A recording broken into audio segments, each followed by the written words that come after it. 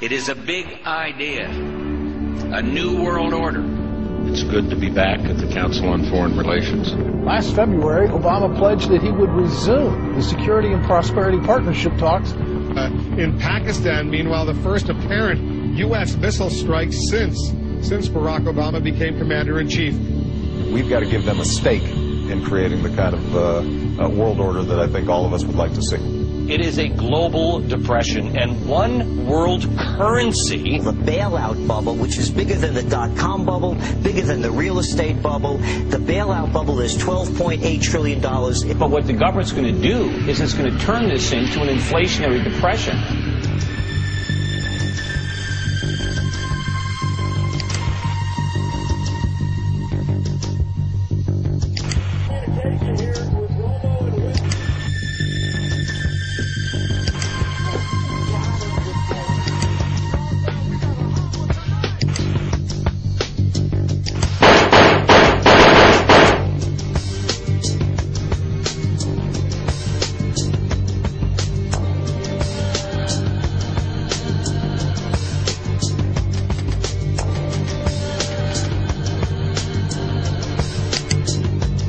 Welcome to Freedom Watch, Alex. What are you talking about today? Just how hundreds of mainstream news articles a week are saying there is a new world order, a global government. It will be run by the very banks that are collapsing society by design, and we will pay carbon taxes to them. Here is Time Magazine headline, New World Order, and they say a new bank of the world will rule the United States. Here is the Financial Times of London, and now for a world government is the headline. They're openly announcing that the banks will rule the planet and will pay our carbon taxes. My first question is, several months after Obama stepped in as president of the United States, you make a documentary calling him a deceiver. Why? He said he wouldn't hire lobbyists. All he's done is hire high-powered lobbyists at every level of government. And he's handed the country over to the oligarchs, the international bankers, to loot the nation, according to Bloomberg Financial, of $9.7 trillion. He has lied about leaving Iraq. He said he would take the troops out immediately. Now he says 16 to 23 months, and he's going to keep them there. He's increased the troops by 30,000, doubling them in Afghanistan.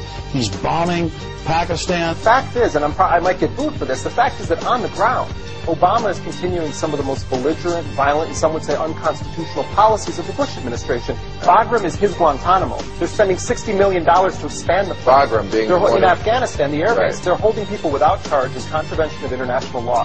Bombings in Pakistan with these drones are indiscriminately killing civilians. Civilians are dying in Afghanistan on a regular basis, and the guy's using 250,000 contractors in Iraq and Afghanistan right now. Sounds to me a lot like Bush. Yeah. So we will incarcerate people preventively. Preventive incarceration. Indefinite detention without trial. That's what this is. That's what President Obama proposed today, if you strip away the euphemisms.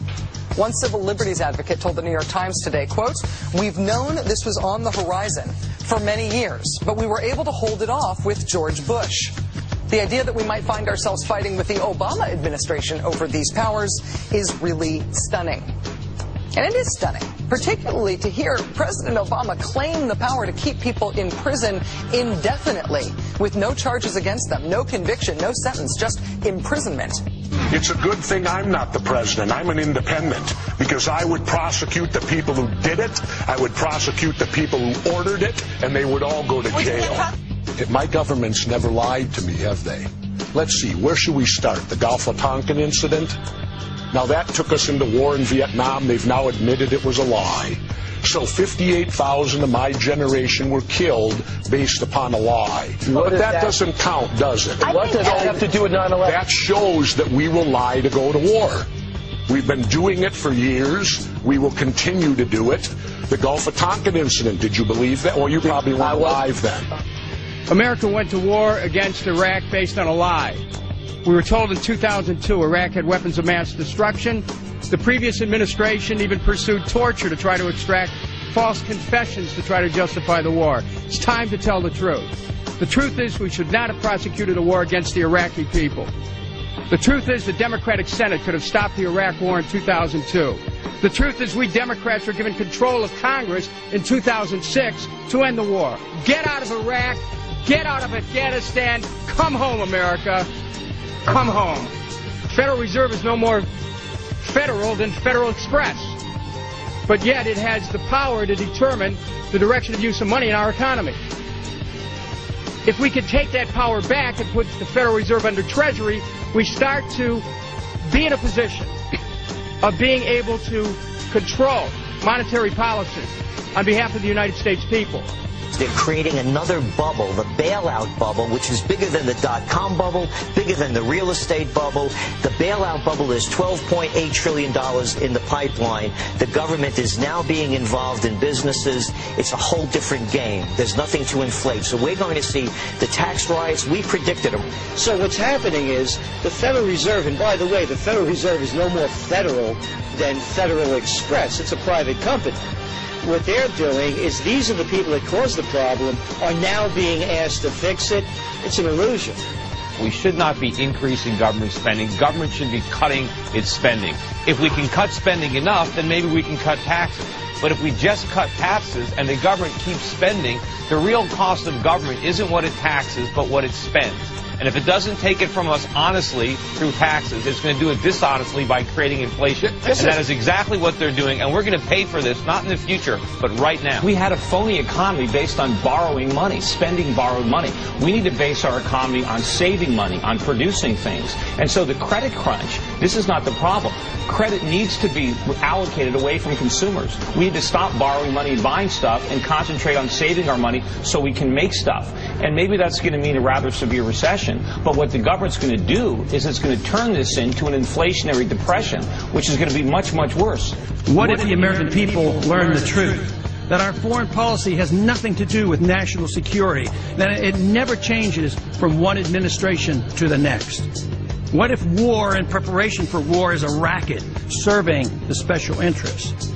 What if President Obama is completely wrong about Afghanistan and it turns out worse than Iraq and Vietnam put together? What if diplomacy is found to be superior to bombs and bribes in protecting America? What happens if my concerns are completely unfounded? Nothing. But what happens if my concerns are justified and ignored? Nothing good. And I yield back the balance of my time.